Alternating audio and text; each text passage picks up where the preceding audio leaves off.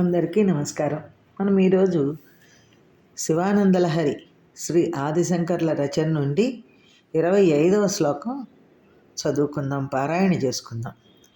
ఈ శ్లోకంలో శంకర్లు తనకు పరమేశ్వరుని దర్శించే భాగ్యం ఎప్పుడు కలుగుతుందో కదా అని ఉత్కంఠను వెలిబుచ్చారు. తనకు ఎటువంటి రూపంలో మహాశివుడు దర్శనమివ్వాలో తాను కోరుకునే ఆ పరమశివుని సుందర సురుచిర స్వరూపాన్ని గూర్చి ఇందులో వర్ణించారు. स्तवैर्ब्रह्मादीनां जय जय वचोभिर्नियमिनां गणानां केळीभिः मदकलमनोक्षस्य ककुदी स्थितं नीलग्रीवं त्रिनयनमुमाश्लिष्टवपुषं कदा त्वां पश्येयं करधृतमृगं खण्डपरशुम्.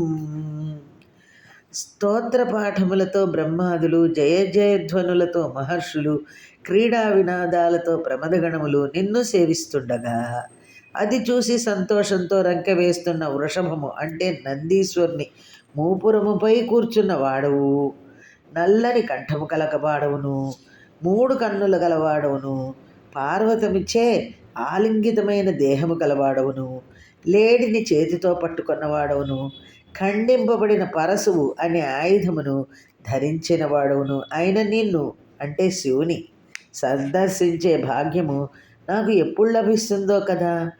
ఇది ఈ స్తోత్ర రచయిత శంకర్లకు గల శివదర్శనమందలి ఔత్సుక్యాన్ని, ఉత్సాహాన్ని, తహతహను సూచిస్తోంది. ఈ శ్లోకంలో కూడా శంకర్లు తనకు శివదర్శనం కావాలని, శివుడు తన కన్నుల ఎదుట ప్రత్యక్షం కావాలని, ఆ దర్శన భాగ్యం కోసం తాను ఎదురు చూస్తున్నానని చెప్పారు. శివదర్శన భాగ్యం కోసం తాను పడే తహతహను ఇందులో వెల్లడించారు.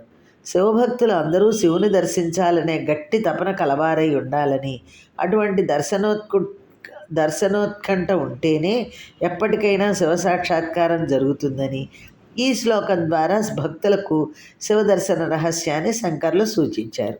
శంకర్ల హృదయంలో ఆయన చూడాలనుకుంటున్న శివస్వరూపము ముద్రితమై ఉన్నది. శంకర్లు దర్శించాలని అనుకున్న శివస్వరూపం ఇలా ఉంది. బ్రహ్మ, విష్ణువు మొదలైన దేవతలు శివుణ్ణి స్తోత్రాలు చేస్తూ ఉండాలట. మహర్షులు జయ జయధ్వానాలు చేస్తూ ఉండాలట. ప్రమథగణాలు ఆడుతూ పాడుతూ శివుని పక్కనే ఉండాలట. ఈ ఆనందాన్ని చూసి పరవశిస్తున్న నందీశ్వరుని మూపుపై స్థిరంగా శివుడు కూర్చుని ఉండాలట. నల్లని కంఠము, 3 కన్నులు గల ఆ శివుడు పార్వతీ సహితుడై అర్ధనారీశ్వరునిగా దర్శనమివ్వాలట. ఆ శివుడి చేతిలో లేడిని, ఖండపరశువును పట్టుకొని ఉండాలట. అటువంటి సాంబమూర్తిని చూచే అదృష్టం తనకెప్పుడు కలుగుతుందో కదా అనే ఉత్కంఠను శంకర్లు దీనిలో వెలిబుచ్చారు. అటువంటి రూపంతో శివుడు అమ్మవారితో సహితంగా తనకు ప్రత్యక్షం కావాలనే కోరికను శంకర్లు దీనిలో వెల్లడించారు. కైవల్యోపనిషత్తు కూడా ఉమాసహాయం పరమేశ్వరం ప్రభుం తిరులోచనం నీలకంఠం అని శివుని దివ్యమంగళ విగ్రహాన్ని స్తుతించింది. ఈ శ్లోకంలో శంకర్లు మరింత సుందరంగా సాంబశివుని తన మనోనేత్రంతో దర్శించి ఆ దివ్య భవ్య మనోహర రూపాన్ని ఈ శ్లోకంలో వర్ణించారు. ఆ దివ్య రూప వైభవ దర్శనానికై వారు తహతహలాడారు. భక్తులంతా పరమేశ్వర దర్శనానికి ఇలా తహతహలా పడిన వారే. చూడండి, సనకసనందనాదులు కూడా వైకుంఠంలో విష్ణు దర్శనానికి ముచ్చటపడ్డారు. రామాయణంలో శబరి రామదర్శనానికై వేచి చూసింది. గోపికలు కృష్ణ దర్శనానికై విరహంతో వేగిపోయారు.